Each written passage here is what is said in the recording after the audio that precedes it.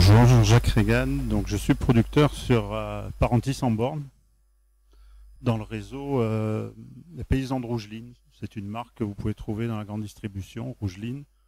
En fait, qu'est-ce que c'est? C'est 160 producteurs sur un axe de Bordeaux-Lyon, principalement Aquitaine, Languedoc-Roussillon et Provence-Alpes-Côte d'Azur, qui ont comme axe commun de produire sous serre et être des gros consommateurs d'énergie, et aussi d'avoir mis en commun la commercialisation pour être plus fort par rapport à la grande distribution où on commercialise plus de 80% de notre production, 90%. Ouais.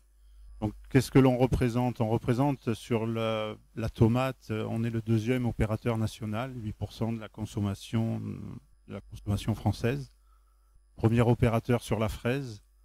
Donc, et le reste, je dirais, c'est des légumes, on appelle ça ratatouille un peu, et un peu de salade. Voilà. Historiquement, le siège est à Marmande, parce que historiquement, les paysans de Rougeline étaient sur Marmande pour faire de la tomate au départ.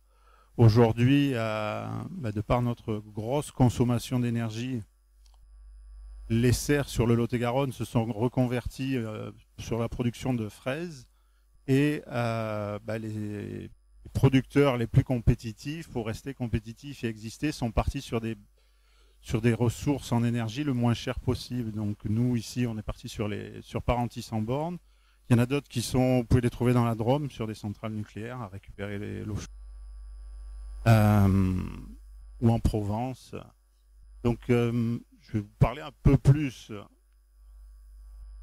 de ce qui se passe à l'intérieur d'une serre. Nous, dans Rougeline, on a intégré la démarche depuis quelques années c'est du développement durable et de l'économie circulaire, où on a mis 6 points en avant. Donc l'énergie, on essaye de ne plus utiliser d'énergie fossile du tout. On essaye de gérer l'eau le mieux possible et que tout ce que l'on consomme, on va le réutiliser en circuit fermé, on va l'analyser et on va le désinfecter. On n'utilise plus d'insecticides ni de fongicides, on utilise des auxiliaires et des technologies, que ce soit de la brumisation ou quoi, pour éviter les maladies. Et après, la gestion des fertilisants va de pair avec nous pour la gestion de l'eau. On ne rejette rien dans la nature, on recycle 100%. La gestion des déchets, aujourd'hui, c'est un peu notre maillon faible parce qu'on utilise une tomate est plantée en gros au mois de novembre, va être arrachée au mois d'octobre. On va l'attacher sur une ficelle et on va l'accrocher avec des clips. Aujourd'hui, on a ces deux éléments, la ficelle et le clip, qu'on n'arrive pas à recycler de par des contraintes technologiques, parce que le cycle étant de 11 mois, la ficelle ne va pas supporter ou les rayons ultraviolets vont casser la lumière. Donc, les clips, la même chose. Pourquoi c'est un souci pour nous? Parce que quand on sort la culture, on recycle tout, on passe ça dans des méthaniseurs ou on composte notre culture. Donc aujourd'hui, la ficelle et le clip, c'est un souci. Il y a des essais qui sont faits en Hollande où aujourd'hui, on est sur plus de 10 fois le prix actuel. Donc il y a encore des marges de manœuvre. Et la dernière chose, on essaye de travailler avec de la main-d'œuvre locale et de fidéliser la main-d'œuvre et de travailler sur l'ergonomie pour fidéliser le personnel. Voilà. C'est un peu notre Bible que l'on a. Donc pour vous parler d'économie circulaire, donc je vous ai dit qu'on était des gros consommateurs d'énergie, 1 mégawatt pour un hectare de tomates. Ça représente un budget quand il y a des gens qui sont dans le gaz, donc 150 000 € pour la cogénération par hectare et par an. C'est à 33% du chiffre d'affaires. Pour certains, 40%. Donc c'est un poste important et où on essaye de travailler. Sur la main-d'œuvre, on économise le plus possible, mais il y a des tarifs en ordre. Les investissements, on ne peut pas acheter moins cher que ce que les gens vendent. Donc aujourd'hui, où on a une marge de manœuvre, c'est effectivement sur l'énergie. Donc nous, on est parti sur la réflexion que il y avait un pétrolier dans les Landes qui était à Parentis, qui exploite du pétrole et qui rejetait de l'eau chaude. Pour 100 litres qui remontent du sol, donc ils vont pomper à 2,5 km, Sur 100 litres, il va y avoir 2 litres de pétrole maximum. Le reste va être de l'eau entre 55 et 65 degrés et va être réinjecté dans le puits. Donc nous, le but du jeu, c'était d'aller avec un échangeur thermique récupérer cette chaleur, récupérer la chaleur, pas récupérer l'eau. Hein, d'accord, c'est pas l'eau du pétrole, pas bien. Donc on récupère la chaleur et on va chauffer des serres. Ça nous permet d'avoir un coût faible et ça permet à l'industriel d'optimiser avec ses communications. Et ça lui permet de valoriser ses forages. Donc nous, on utilise ça, on a un partenariat pendant plus de 30 ans.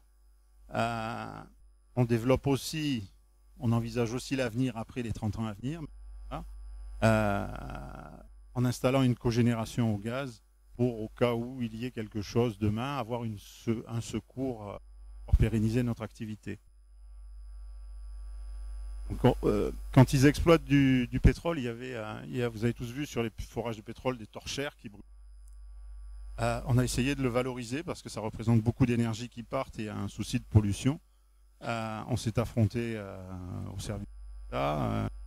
Aujourd'hui, personne n'est capable de le faire bouger, même si on a apporté des solutions technologiques. Ça pourrait permettre de créer 40 emplois et voilà. Donc nous, on s'est spécialisé sur ces tomates, à faire des tomates avec du goût. Ça n'a rien à voir pas par rapport au pétrole. C'est une démarche par rapport à une attente du consommateur qui est prise en compte. Et sur Parentis, on s'est spécialisé sur des petits fruits de diversification et on s'est identifié par rapport à la grande distribution sur des niches où on est au-dessus pour vous certifier par rapport au bio que vous avez en référence.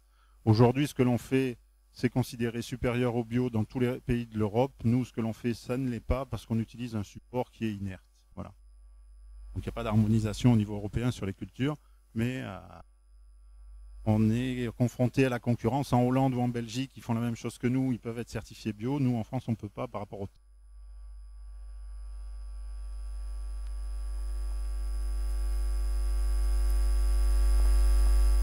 Voilà.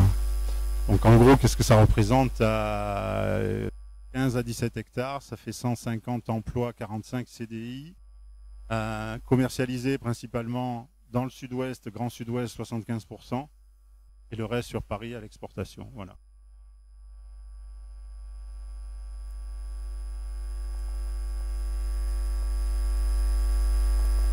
Oui, 2 questions. Vous avez parlé tout à l'heure de créer 40 emplois avec l'oxyde de soufre. Est-ce que vous pouvez juste préciser de quoi ça retourne?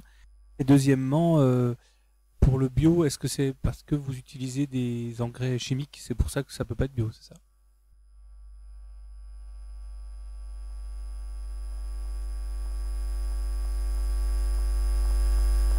J'ai par le code minier,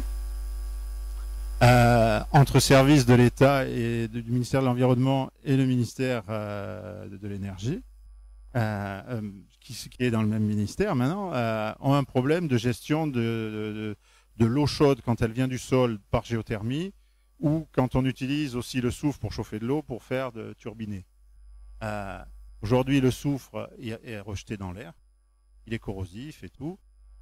Nous aussi, on a essayé par des process de faire du turbinage avec différents systèmes qui sont onéreux, mais on a trouvé une solution technique. Nous, pourquoi 40 emplois? Parce que l'énergie qui est rejetée tous les jours nous permettrait de chauffer 5 hectares de serre, et 1 hectare de serre, c'est en moyenne.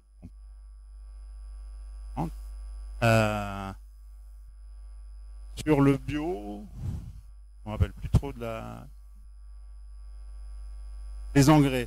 Alors non, la certification non, c'est que la nomenclature. On utilise un substrat qui est issu de fibres végétales et des rejets de l'offrande du noix de coco.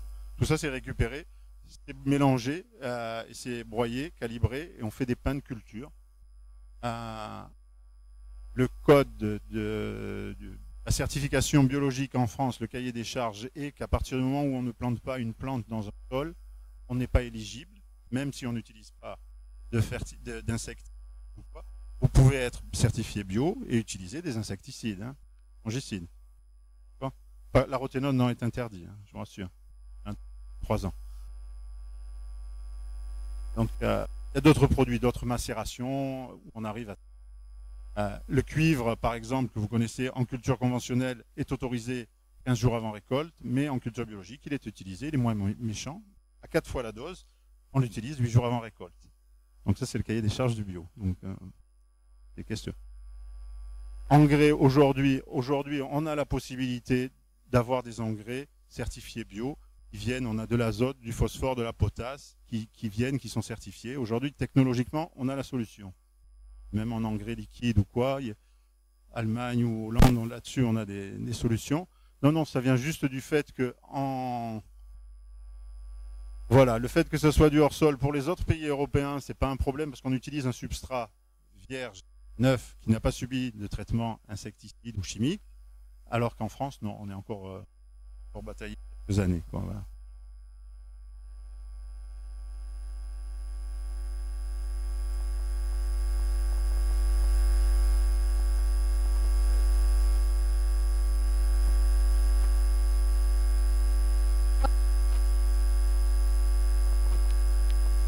Des préparations qui n'ont pas forcément...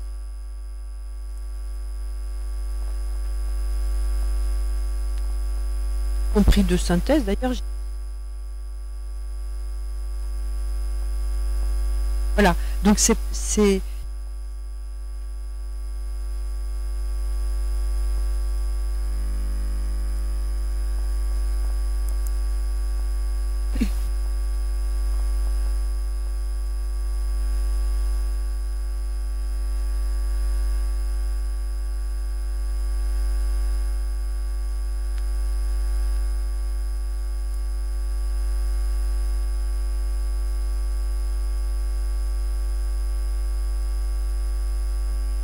Aurélie Delabre, moi je revenais sur le partenariat que vous avez Vermilion, je crois.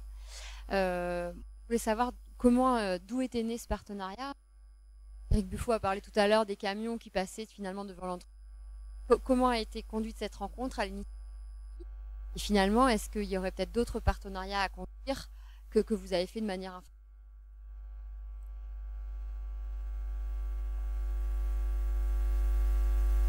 Ça s'est fait, il y a la différence d'âge avec certains producteurs, chez nous, en interne.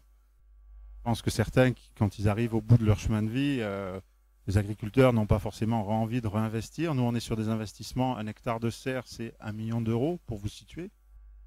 Quand on est plus jeune et qu'on est dans la démarche de gestion et de respect un peu de l'environnement et de prise, pas les mêmes attentes personnelles, ce qui est bizarre, c'est que ceux qui sont les instigateurs sont pas forcément, aujourd'hui, ceux qui ont une démarche la plus environnementale, sont pas forcément des fils d'agriculteurs aujourd'hui. Et sur des projets comme ça, en fait, le nombre d'agriculteurs d'origine du monde agricole est de 25%. Donc on est 75% à ne pas être du monde agricole. Je ne suis pas originaire du monde agricole. Donc on est plus des entrepreneurs, effectivement, que des paysans. Pourquoi? Parce qu'on a des notions d'entreprise. Et des notions d'entreprise, quand je vous dis que l'énergie coûte cher, on a cherché des solutions pour avoir de l'énergie pas chère. Moi, je suis en train de monter une chaudière au bois dans les Landes aussi. Je veux dire, pourquoi? Parce qu'on est venu, on cherche, on sait que ce poste est un poste lourd. On cherche des solutions. C'est vrai qu'on gratte. On a gratté pour Vermilion pour arriver au bout. Il a fallu 3 ans. Pour eux, c'était l'opportunité d'avoir un beau moyen de communication et de valoriser quelque chose. Nous, c'est un moyen d'avoir de l'énergie pas chère. C'est un partenariat qui s'est fait, je dirais, presque naturellement. Après avoir s'être mis en relation, il a fallu travailler, hein, parce qu'on est dans une zone Natura 2000 et tout. Donc, et tout le monde, même les élus locaux, sont allés aussi mouiller un peu la chemise aussi. Ce que je peux vous annoncer, c'est que s'il y a des gens intéressés, Vermilion a des puits de pétrole dans le centre de la France et prêt à offrir l'énergie. Il y a l'équivalent de 7 mégawatts. Pourquoi nous, on n'ira pas? Parce que je vous ai dit qu'on était des producteurs basés sur un axe de Bordeaux-Lyon et on n'ira pas se diversifier au-dessus. Donc chaque producteur chez Rougeline est un producteur indépendant. C'est pas Rougeline qui porte les projets financièrement, c'est nous agriculteurs qui portons les projets, qui investissons. En fait, Rougeline, c'est juste notre marque pour peser plus lourd dans la commercialisation. Elle va pas se porter garante financièrement des projets, des investissements. Donc c'est nous, en tant qu'entrepreneurs, qui prenons les risques et qui allons dessus. Et donc pour essayer de voir comme n'importe quelle entreprise demain, si on sait qu'on a une marge de manœuvre sur l'énergie, ça nous permet de passer des moments difficiles quand il y a des méventes ou quoi. Et pour répondre à votre question, il y a d'autres exemples de valorisation. Sur Parentis aussi, avec un Sivom, on valorise aussi l'énergie. C'est en cours, ça sera pour fin d'année, 10 hectares de serre. On récupère la chaleur sur l'incinérateur. Aujourd'hui, la chaleur était perdue. Dans la Gironde, sur la Pouillade aussi, on va récupérer de la chaleur. On va chauffer. C'est d'autres agriculteurs sous l'identité Rougeline qui, eux, historiquement, étaient des producteurs de tomates sur Marmande, qui se sont reconvertis à la fraise, qui ont laissé leur site, et qui aujourd'hui, aujourd'hui, l'agronomie nous a permis d'aller faire pousser n'importe quoi, n'importe où. C'est pour ça qu'aujourd'hui, on peut aller vers des sites à côté de l'énergie. Avant, on faisait venir l'énergie chez nous, on amenait du gaz, on amenait des chaudières. Il y a eu la période où les charbonnages de France offraient les chaudières au charbon pour brûler du charbon.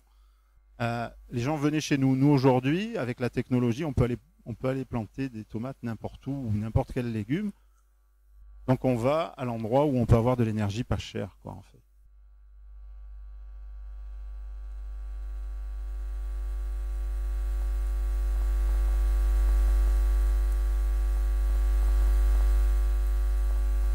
Et la durée en heure par an de chauffe. Et la durée de chauffage par année.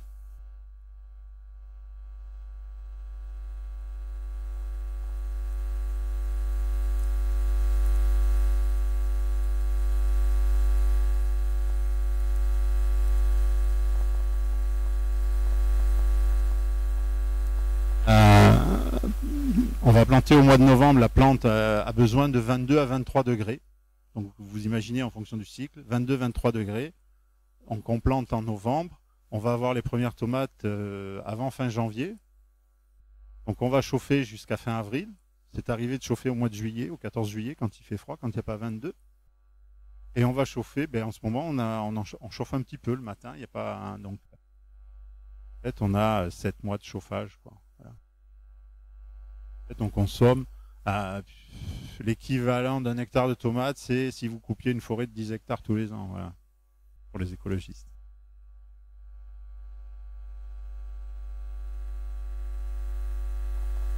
Alors, par rapport à l'Espagne et le Maroc, on les laisse.